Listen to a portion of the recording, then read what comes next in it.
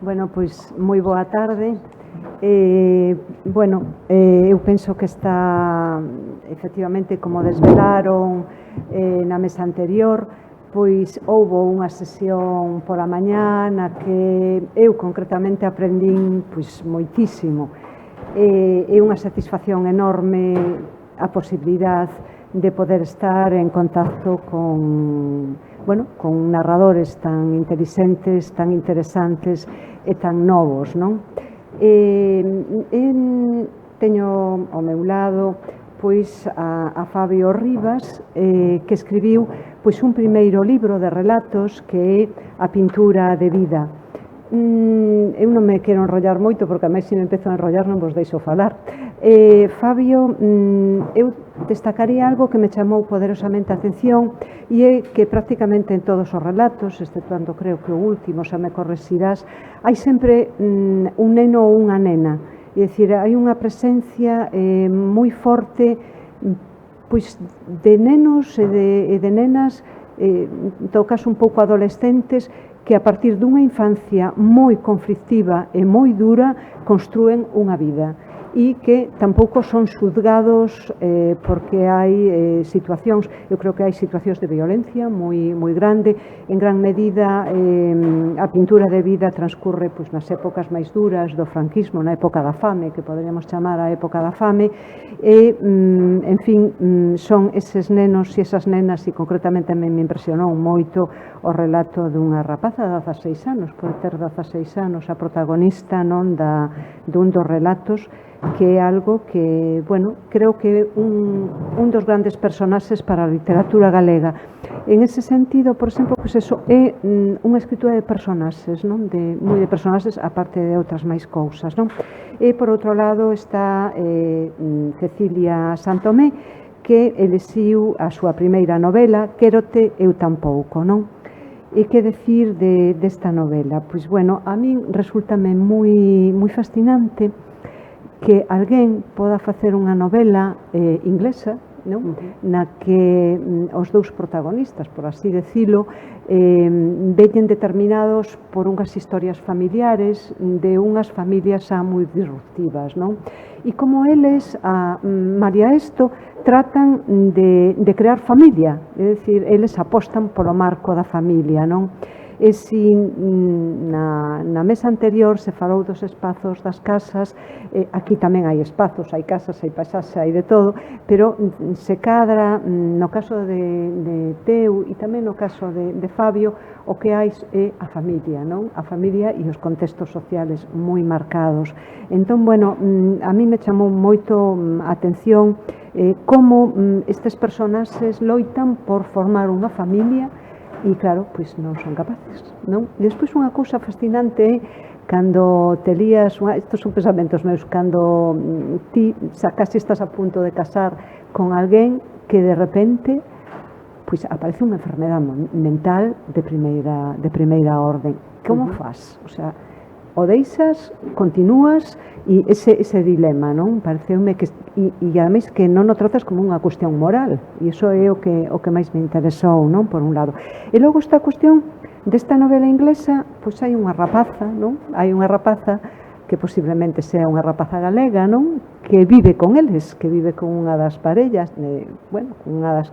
E está aí como un personaxe que non é o centro, e precisamente por non ser o centro, é o centro da novela, de alguna maneira, non? E, bueno, pois tamén eu quería sinalar por parte de Cecilia pois a súa segunda novela, que ela non elixiu e que a min personalmente me gustou moitísimo, porque, claro, eu tamén cuidei, tamén fixen de chacha en Barcelona, entón, claro, é unha identificación moi de pel. Bueno, deixo vos con eles, que non lles quero roubar máis tempo, que son eles os que teñen que falar.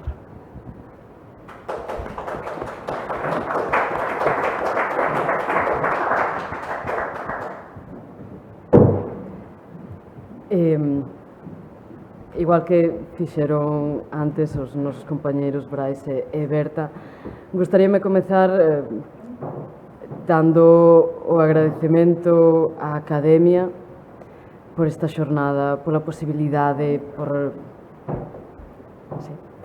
pola posibilidade de estar aquí. É un privilexio, como decía Berta, o simple feito de ter a oportunidade de reunirse con xente afín, con xente que ten unha experiencia da literatura particular que ocupa un espazo semellante e que podería botar horas e horas dilucidando cuestións como o valor da elección dunha voz ou outra, dun narrador ou outro. Creo que falo no nome de todos nós, de todas nós, se digo que isto é estimulante, como mínimo. Antes de entrar en conversa con Fabio, gustaríame xustificar un pouco a escolla que fixen, porque poida que non pareza demasiado evidente. No tempo, cadra máis próxima a novela Unha rapaza de provincias, pero optei por Quero teu tampouco, por acompañar de algún xeito a pintura de vida de Fabio, non dende o punto de vista temático, senón dende o punto de vista experiencial, é algo do que podemos falar ao longo desta charla nosa, porque penso que unha primeira novela, un primeiro libro de relatos é toda unha experiencia, ten algo moi particular, ten algo de fundacional e bueno, despois do saúdo de Fabio eu penso que podería ser interesante seguir por aí. Boa tarde a todos, boa tarde a todas. Non vou ser menos, engádome os agradecementos que fixo agora Cecilia, antes Berta máis Brais. Por unha parte, quero comentar, antes de nada, que nesa conversa, nese segredo que xa se desvelou sobre a conversa que tivemos pola mañá, a miña participación foi totalmente dun espectador. Porque tiñades, de verdade, pagaríades por escoitar falar a estas 5 persoas con toda a humildade do mundo. Agradezo a posibilidade que me deron, neste caso Marilar, Chus e Ramón Nicolás, por poder estar aquí presente con todos e todas elas. Libro fundacional, primeira publicación. Eu tiven sorte para publicar este libro, non? A min pasoume o que a pouca xente lle pasa. Acabo de contar Brais que a él tamén, a él contactaron, foi Berta quen lle propuxo publicar unha novela.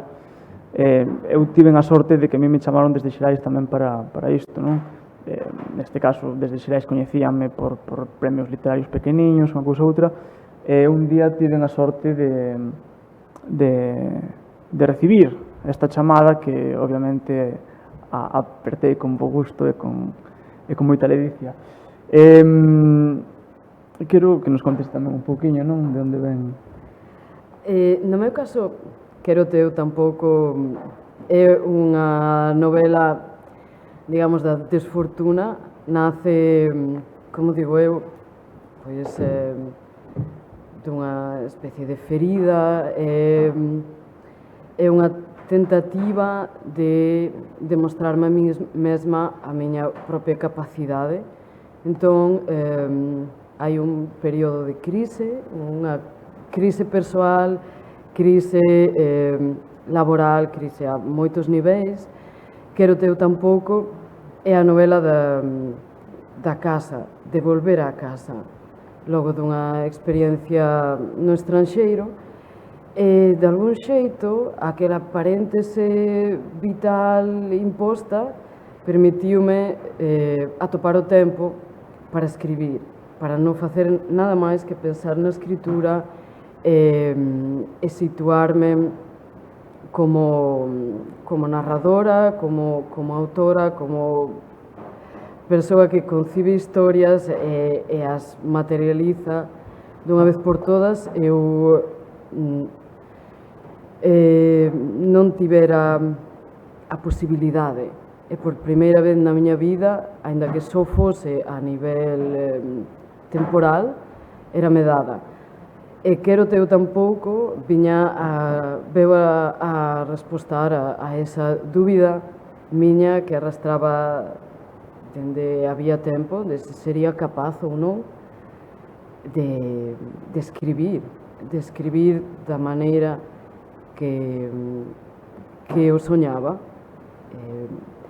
Digo que é unha novela da fenda, é unha novela da ferida, e por iso a veces penso que é unha novela da poesía, non no ton ni na intención, simplemente na emoción que a inspira, non necesariamente na emoción que está nas páxinas. Non sei como naceron exactamente eses relatos. A ver, creo que polo que dis coincidimos nalgo é que os dous, antes de publicar os primeiros libros, como que xa levábamos tempo, non? Así, na procura desta primeira publicación. De feito, esta pintura de vida saiu este ano, 2023, pero eu comecei e aquí iba a ser o Premio Xerais en 2015, tamén en 2016, nunca chegou a ser nada, non? É dicir, que aínda que isto sexa moi recente, porque para min isto é totalmente novo e estar hoxe aquí para min é un privilexio, levo moitos anos, ou pasaron moitos anos ata que por fin cheguei a algún porto. Neste caso, como dicía, a min chegou unha proposta de publicar un libro con Xerais a finais do ano pasado, falo de novembro, outubro, pero as miñas intencións de publicar xa estaban aí. Xa tiña escritos dos relatos do que é a pintura de vida, que é o primeiro, homónimo, o primeiro relato que é homónimo ao libro, e o segundo, que é o Vero dos Ourizos. Que pasa? Que son relatos que escribí moi despacio. Por que? Porque contaba con que non tiña presa. Eran relatos que estaba escribindo para, en algún momento, facer un conxunto deles, mandalos a algún certame literario, que sexa, e a ver se con sorte, pois aí xurdía, non, esta primeira publicación. O problema foi que, cando me propuxeron publicar o libro, claro, unha proposta de publicación ben cuns marcos intrínsecos, non marcos temporais. Se a proposta me chegou nos meses de outubro ou novembro, por xaneiro máis ou menos tiña que presentar o libro escrito. Polo que, claro, aí entraron as presas, non, de ahora que fago. E pois tomamos varias decisións, entre outras que incluímos aquí un relato que o Cocho, que para mí é un dos meses especiais do libro, que foi premio no 25º certame literario de Piñor, en Ourense, e outros dous relatos curtos, que son o que falou antes Chus, que é o Cruceiro das Anguías, e máis outro que non me ven agora a cabeza, o Forxán os Asteroides, que foron premios da Universidade de Vigo no ano 2021 e 2022. Aí, máis nese pouquiño tempo que tiven para rematar un libro que pesase un pouquiño na man, pois acabou xurdindo o conxunto. Que cando dicía o motivo detrás da miña toma de decisión a hora de escoller Quero teu tampouco no canto da miña última novela para dialogar contigo, teño que admitir que logo sentí unha especie de vertixe, porque quizáis a nivel temático ou a nivel de sustrato literario terían tido unha maior coherencia ese segundo traballo meu e o teu libro de relatos, pero eu penso que aquí o diálogo que podemos explotar é non tanto da converxencia, senón da diverxencia. Son dous libros que, cando represento na miña cabeza, vexo vectores de signo oposto, porque Quero teu tampouco, de algún xeito, vai de Galicia cara a fora, transportanos a un espacio alleo a nosa realidade, ten outros marcos espazo-temporais, e a voz de vida fai o contrario, reprégase sobre o que é, o que foi Galicia. E, sin embargo, esa diverxencia, ese ir cara fora ou ir cara dentro, de alguma maneira, a min resúltame complementario. Sí, como dis, son dos libros totalmente opostos desde o punto temático ata creo que incluso estrutural, non? É dicir, a pintura de vida neste caso é un libro que está todo moi marcado, cos relatos moi especificados onde comezan, onde rematan, cos seus espazos entre mesmo entre escenas no propio texto, mentras que o creo teu tampouco cando lle botas un primeiro ollo nunha primeira lectura é un pouco complicado, porque precisamente ao non ter estas especificacións, non? De quen está falando agora, quen non, pois que logo resulta que todo o contrario, non é un desorde, é unha orde. Pero xa como dixo, incluso na cuestión temporal, non? Todos os meus relatos, salvo o último, que é un poquinho máis mainstream, máis actual, están ambientados ao longo do século pasado, non? O último dos relatos, tal vez, pois precisamente o que máis se pode asemellar dentro dos límites de asemellarse, non? Do que de asemellarse. E mesmo incluso, creo que nas cuestións da lingua, non? É dicir, eu creo que foi un poquinho máis pesado na hora de escribir, de tirar dunha fraseoloxía que igual está un pouco máis en desuso, máis tal, pero por unha cuestión de educación, é dicir, por levar os relatos á época nos que están ambientados. Sí, obviamente.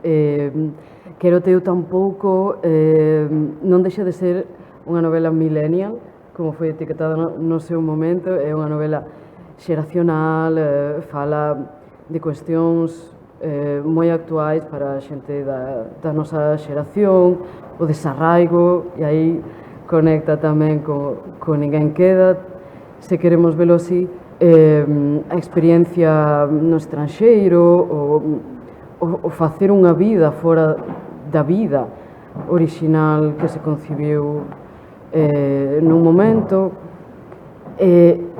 porén, a pintura de vida fala dunha época. Se eu busco retratar a miña, ti buscas retratar unha realidade que en realidad non é a túa, non corresponde á experiencia que poidas ter de primeira man. É algo case, non sei se un pequeno exercicio de arqueoloxía da memoria. A ver, como cando formulei o que vai ser o esqueleto da pintura de vida, eu tiña claro unha cousa, que unha das miñas intencións era de algún xeito homenaxear, non, a moita xente, desde moitos dos autores, das autoras que pasaron pola miña vida literaria, falo nomeadamente, entre outros, de Casares, ata xente que realmente pasou pola miña vida. Falo de familia, falo de amigos, falo de xente que hoxe xa non está con nós. E realmente tamén foi un pouco estratégico, non?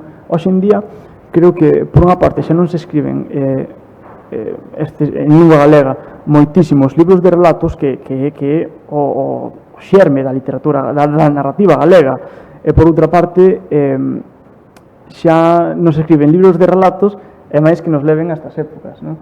Hai moita literatura de posguerra que é fabuloso, que haxa moita literatura de posguerra, pero en moitos dos casos son novelas, non? Que xiran en torno a un caso concreto, tal. Neste caso, ao ser un libro de relatos, pois como que procurei tocar cousas moi distintas, e tiven a sorte, como digo, de que pola miña vida pasou moita xente que de algún xeito me puderon transmitir contos, historias, anécdotas que eu de algún modo me vin na obriga de deixar por escrito. Sí, é interesante iso que dis tamén de facer unha homenaxe, de recuperar historias, de darlle voz a aquelas persoas que de alguma maneira nos determinaron. Eu, por exemplo, esta novela que con moi boa intuición Chus identificaba esa personaxe secundaria dunha rapaza española que si era galega. De alguna maneira, esta novela, aínda que estea escrita en primeira persoa, ten moito de vivencial, ten moito de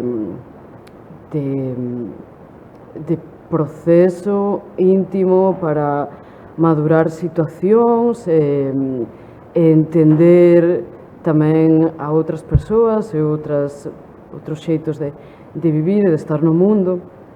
De aí tamén a escolla ao nivel das voces narrativas. Ese eclecticismo, esa especie de crisol de personaxes que van e que veñen e que ofrecen as súas perspectivas, pretendía ser, de alguma maneira, a forma de completar ocos nunha realidade complexa, nunha vida que nunca acabamos de coñecer de todo porque non é a propia. Neste caso, por exemplo, na Voz de Vida, hai relatos que a mí me fan pensar, non sei, nos contos da lareira, e hai ese punto que para mí conecta coa literatura tradicional galega na que se fala do experiencial, da vivencia ordinaria, pero sen aforrar o truculento, sen aforrar o mellor a dor, as cousas que mancan. En Quéroteo tampouco hai tamén algo diso, hai a dor posta sobre a mesa, pero gustaríame que me falaras un pouco desa expresión do mal, do negativo tan natural que expós. A ver, realmente creo que tamén foi unha cuestión estratégica, non? Quero dicir, eu cando, como dixen antes, cando tiña a proposta de escribir este libro, cando tiña xa, digamos, un tempo para entregalo, eu sabía que non quería escribir ou publicar un libro que fose de relatos soltos, non? É dicir, necesitaba un vínculo, non? Algo que vencellase cada un dos contos, que houvese unha ligazón común, como neste caso é a parte do, como ben apuntou Chus, que é estes personaxes máis infantís, non? É a violencia, como ben me cadraba o primeiro relato que estaba escrito, que é a Pintura de Vida, o segundo, o Berro dos Eurizos, e máis os outros tres que a posteriori decidimos engadir,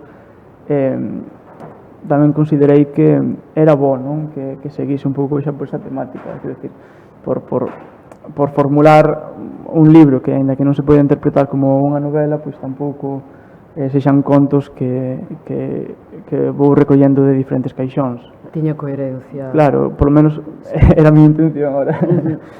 Digamos que a violencia che valía como para armar... Sí, a violencia o foco de... A violencia... De feito, hai nalgúna crítica houve quen dixo que realmente o nexo entre todos os relatos non é a violencia, é a vinganza. E no que eu realmente cheguei á conclusión de que sí, é bastante probable que en prácticamente todos os relatos haxa algún acto vengativo, ou non en todos, pero en boa parte deles, si, nos máis, de feito. Pero eu creo que onde realmente puxen o foco é, pois, nos pasos, no camiño, no que levou a todas estas persoas que acaban ou non por vengarse, a decidir isto. Non, quero dicir, creo que, polo menos nos meus textos, é moito máis importante pois, os vieiros que transcorren as personaxes para formar esa personalidade, decidir, tomar decisións. Digamos, o estudo do proceso, o desenvolvemento desa violencia ata chegar ao estourido, sí? Porque para min, e esa é outra das converxencias diverxentes que atopo entre os nosos textos, si hai unha intención, por exemplo, de desenmarañar, de estudar esas personalidades que se nos presentan xa feitas, xa adultas, pero que intuímos que sofren e quixen precisamente ir ata a raíz desa dor, desa incomodidade coa vida. E outra cousa na que coincidimos é que remontamos moitas desas violencias ata a infancia que non é precisamente en ningunha das nosas obras un locus amoenus, dista moito disso. Sí, a infancia é o berce, non, do que vai ser a personalidade de cada un, de cada unha. De algún xeito, aínda que sexan totalmente diverxentes, efectivamente, os teus Grace e Frank non deixan de ser posibles personaxes de calquera dos meus relatos. É dicir, Sí. non sei, como meterías ti estas Grace tal na pintura de vida? Eu penso, non sería doado máis que nada por unha cuestión de contexto, teñen un sustrato distinto. Eu penso que as historias que ti retratas a min resultanme aínda familiares, pero penso que o mellor a rapaces de menos de 20 anos hoxe xa non lles resultarían tanto, non lles resultarían tan próximas, veríanas máis como froito da invención da mente do narrador, máis que como algo que pertence pois ao noso pasado escuro como sociedade. Esas violencias íntimas, violencias domésticas, violencias sociais, para min aínda son algo corpóreo. E no caso das miñas personaxes, Grace e Frank, dificilmente poderían encaixar aí, porque primeiro xa non se baixaron nunca a ese barro, son moito máis cosmopolitas, co bo e co malo que iso conleva, pero si veñen de situacións nas que, como criaturas, non tiveron a protección, o acubillo que se lles presupón aos nenos, os nenos como seres en formación, seres vulnerables, tampouco non tiveron o privilexio dunha familia que coidase deles. Nese sentido, penso neses nenos que ti retratas que son como homes vellos, que teñen que desenvolverse, que teñen que buscar a vida, que son un pouco lazarillo de tormes, pícaros, e que na súa vida adulta, desde esa distancia, desde a que nos narran as súas peripecias, pois non deixan de alguna maneira de exudar esa dor primeira. Eu penso que, vale, tal vez encaixar neste caso a Grace e a Frank na pintura de vida non é sinxelo, pero tampouco me parecería non me parecería cousa de tolos que estes mesmos dous personaxes fosen os protagonistas dunha novela en lugar de ser tan cosmopolita, pois do século XIX. Claro, non sei, para mí non é unha locura. Non, digamos que esta é unha novela millennial, pero no fondo trata de universais como a familia ou a desfamilia, o amor, o desamor, o arraigo ou o desarraigo. hai certas nocións que, por moito que situemos en Londres, e iso lle dé, pois, o mellor un marco algo máis exótico. E por que en Londres? Por que non Londres, diría eu.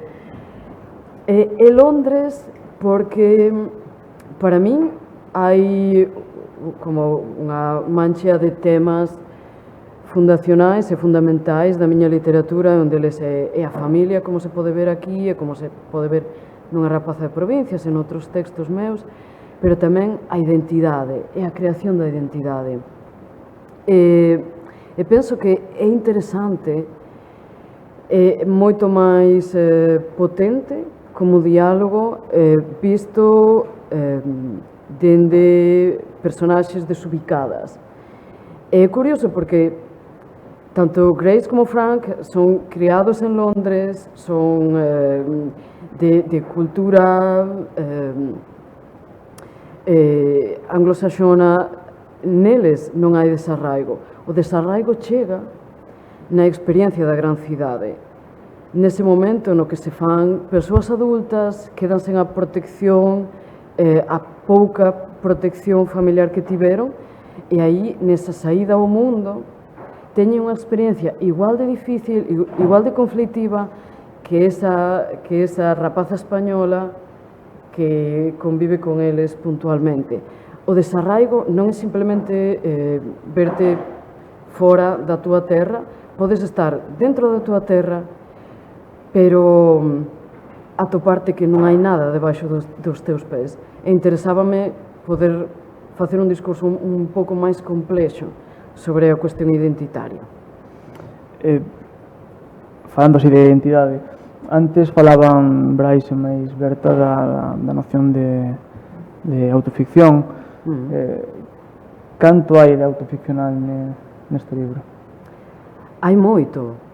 É unha autoficción non declarada e voluntariamente escrita en terceira persoa para distanciarme.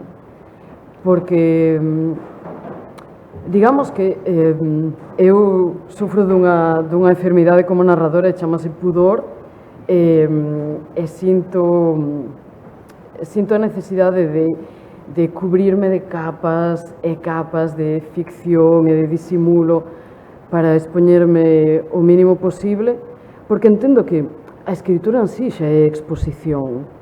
Cando escollemos temas, cando escollemos situacións, personaxes, xa estamos facendo unha selección, unha toma de posición, xa é unha declaración de intencións. E non quero expoñerme máis do necesario, e tampouco nese momento eu penso que escribín a mellor novela para a narradora que eu era nese momento. Probablemente hoxe, e isto é unha pequena primicia, quero teu tampouco segue sendo unha especie de espiña cravada para min, porque a nivel experiencial marcoume o material narrativo, marcoume a produción dese material, creo que me valeu para ubicar vivencias nun determinado caixón da ficción e non tanto da realidade, para crear unha distancia de seguridade, pero penso que se fose hoxe escribiría de outra maneira, e de feito é a materia narrativa da miña próxima novela. Eu tampouco vai volver a estar aí, pero dunha maneira estilísticamente, formalmente moi distinta. E creo que me fun demasiado longe. No, que va. De onde estábamos. Claro, eu, así falando do tema de autoficcional, tu falas do pudor, a mí pasa o mesmo, por tanto, eu non falo de min nos meus relatos. Sí. Escollo outra xente para falar dela. Non deixamos de falar. Sí, a ver, tirando por aí, digamos que eu no único relato co que me identifico un pouco co último, co con Agnes o Peculio por unha cuestión de que cando estaba formando a personaxe, que é unha libreira na actualidade, pois non deixaba de falar da miña propia experiencia, non como libreiro. E nela, pois sí, tal vez haxa moito de min,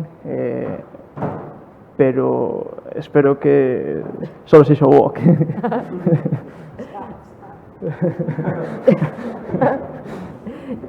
Impresiona moito, de todas maneiras, tomar a decisión de decir Cecilia no canto de María, por exemplo, en ningún momento teño preguntado, porque falábamos precisamente esta mañá desa urxencia por parte de certo público de corroborar a veracidade das historias, de ler entre liñas, de descubrir canto hai da persoa, máis que simplemente entrar no xogo literario e limitarse ao autor e á voz narrativa e deixalo aí.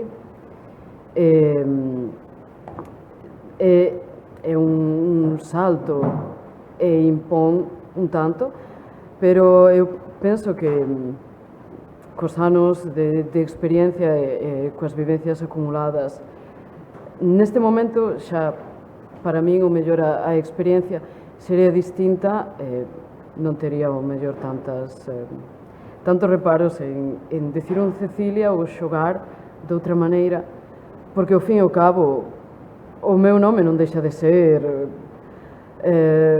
unha chiscadela, non deixa de ser parte do xogo narrativo. Simplemente non implica que haxa nada máis aí, pero o pudor existe e limita, sí. Non me gustaría rematar esta conversa, que xa vai chegando a súa fin por desgraza, sen comentar algo particular, é que os dous falamos do doméstico, de alguma maneira. Falamos da infancia, falamos da familia, dándolle unha volta, e falamos tamén do doméstico. E o doméstico en ningún dos casos é reconfortante, para nada. Non sei se deberíamos sair de aí e deixar de recrearnos, pero faime pensar tamén nesta narrativa do uncanny, este xogar a crear o terror, pero dunha maneira non explícita, e gustame especialmente como o fas ti. Sí, a ver, tamén é certo que eu necesitaba crear un conto, non? Crear contos, crear historias que por unha parte puidesen gustar, que a persoa, que o lector, a lectora, digamos que un caixaxe, que digamos que tivese acceso real a estes contos, e que por unha parte, por outra parte, ao final, pois, che dé a volta a todo o que acabas de ler. En este caso, pois, este uso doméstico, digamos, tan peculiar ou tan agresivo, negativo, como queras identificalo, non deixa de ser máis que un elemento máis co que xogar, non? Co que facer ficción, co que contar un conto. A maneira en que xiras a historia. Hai un relato en particular que, se lestes esta colección, o mellor estades de acordo comigo, porque o do ourizo. Para min é o do ourizo, porque penso que aí non só hai un xiro, que é o que se espera, obviamente, nun relato ben amarrado, ben concibido, senón que hai un dobre xiro. Esa nena que exerce un grado de crueldade brutal, para min eríxese na figura que sintetiza a intención de toda esta colección de relatos, é o inesperado, é o indesexado tamén, e no seu caso, precisamente porque é unha nena, e da nena espérase dozura, espérase algo algo máis pacífico e simplemente máis suave, máis tenro. É ela a líder da violencia, é ela a que infringe o maior grado de crueldade. Por iso digo que hai un dobre salto e deixoume sobrecollida e basicamente coa gana de felicitarte pola maneira de xestionar a tensión dun xeito tan fino, tan meritorio, porque ao fin e ao cabo unha novela pode ter altos e baixos, pero un relato, digamos que non está aberto a tales concesións. Supoño que é unha característica do rato curto, non? É dicir, temos o que temos nesta marxe pequena, ou normalmente pequena, temos que explotar ao máximo, non? Neste caso, pois, non sei que me pasaba ese día. Bueno, tive a sorte de que saiu. Eu para min é tamén un dos ratos máis chulos. Pero bueno, supoño que é iso, non? Creo que, de feito, creo que o máis chulo de todos os ratos é cando rematan. Creo que o máis chulo do libro cando remata tamén. Pero bueno. Pero non como algo negativo. En principio, non. Sí. Abrimos xa o turno? Sí.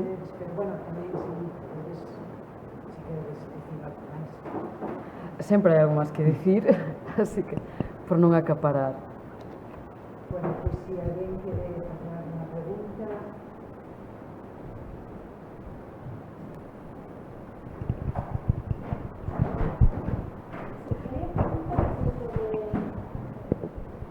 Quería preguntarte sobre... Escoitas, non? Vale. Sobre o que estades falando agora, sobre esa idea de final, ¿no? Dos relatos, sobre se todos os relatos, sobre se buscaba sempre unha epifanía final, ¿no? Sobre como estaba pensando, por exemplo, nos contos de Amy Hempel, non sei como se pronuncia, que non teñen, son como atmosféricos, non? É unha cousa así moi como moi suxestiva, non? Niso tamén. Ao mesmo tempo, esa idea de que é unha epifanía creo que é moi satisfactoria, non? Sempre pro lector. E estaba lembrando unha cita que logo xa paso porque é moi guai, de Dieste, na que fala de que o conto di algo así como que o final dun conto é o momento no que todas as imaxes sucesivas se volven simultáneas, non? E é como super basadísimo, non? No super claro, non? E quería preguntarche se cuestionaches isto, se sempre buscabas iso, como perseguiches esta satisfacción nos teus relatos? Eu creo que estive durante toda a creación da pintura de vida moi influenciado por El niño que comía lana, de Sánchez Andrade, que para min é un dos libros de relatos por excelencia da literatura española contemporánea, vaya. Que atopamos con moita frecuencia este tipo de cousa, esta sorpresa. Para min é algo fundamental. Polo menos, creo que nos meus relatos, sen esta sorpresa, sen este caos que dá por rematado cada un dos relatos, perdería absolutamente toda a esencia, porque si pode haber imaxes moi bonitas polo medio, pode o que sexa, pero creo que é o que fundamenta cada relato. Desde o primeiro momento era algo que tiña na cabeza de feito, creo que unha forma tonta de dicilo é que entre as miñas expectativas era enganar a persoa que me estivese lendo.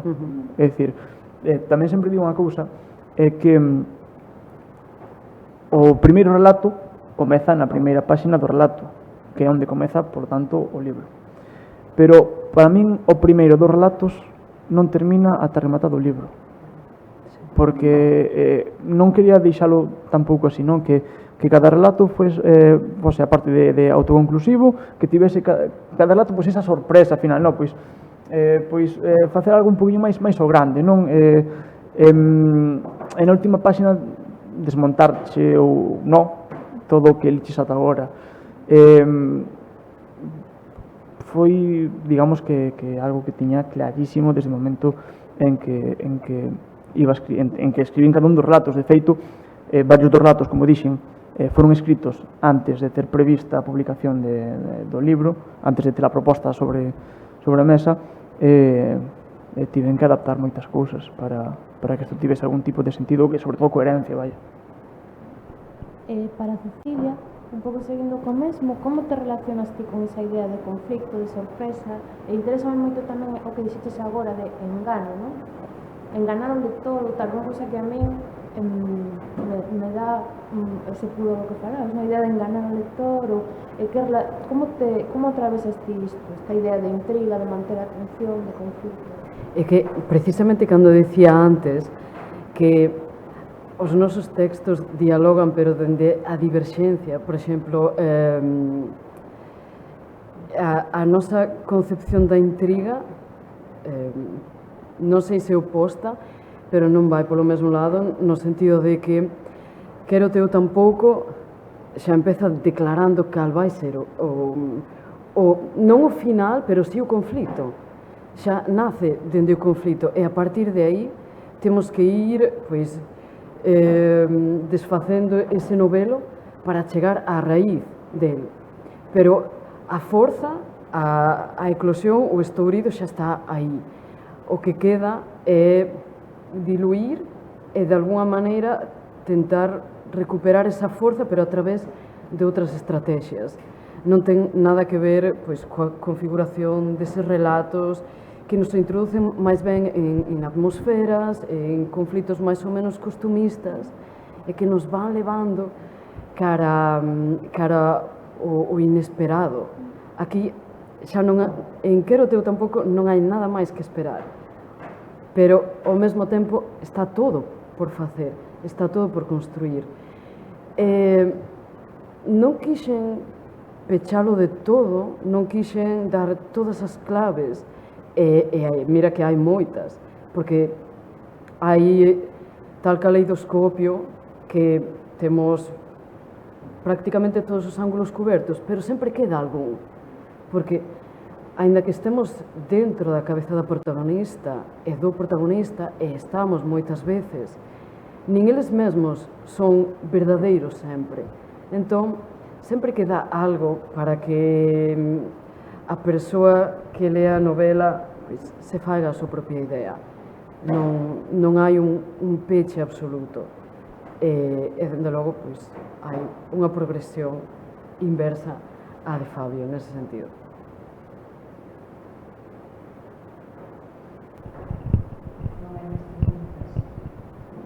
Bueno, pechamos entón esta conversa.